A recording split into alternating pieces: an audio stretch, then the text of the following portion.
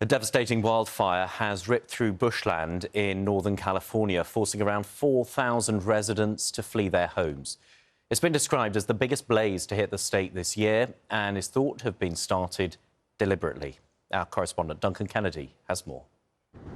It's California's biggest wildfire this year, already burning through more than 300,000 acres of land, and it looks like some of it was started deliberately.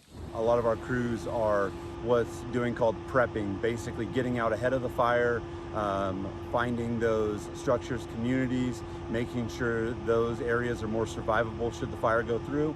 The center of the fire is in Northern California, in places like Butte County, leaving homes and cars burning and burned out.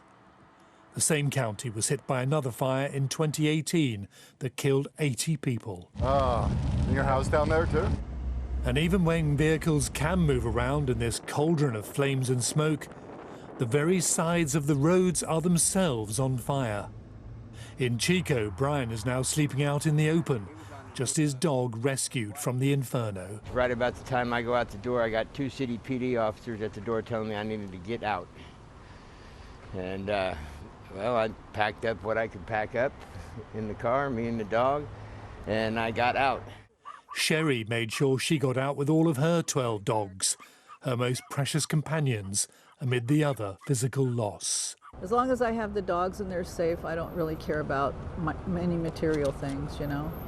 A 42-year-old man has been arrested on suspicion of starting the Butte blaze by rolling a burning car into a gully.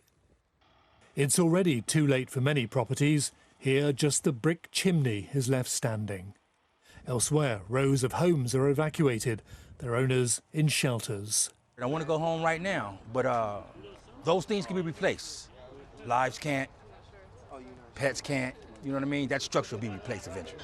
A state of emergency has been declared as around 2,500 fire crews and emergency workers try to contain what they can, when they can. In some places that means creating fire breaks and hosing down the ground to try to stop embers building back into fires. But wind and very dry shrub are making this another summer of destruction. Duncan Kennedy, BBC News.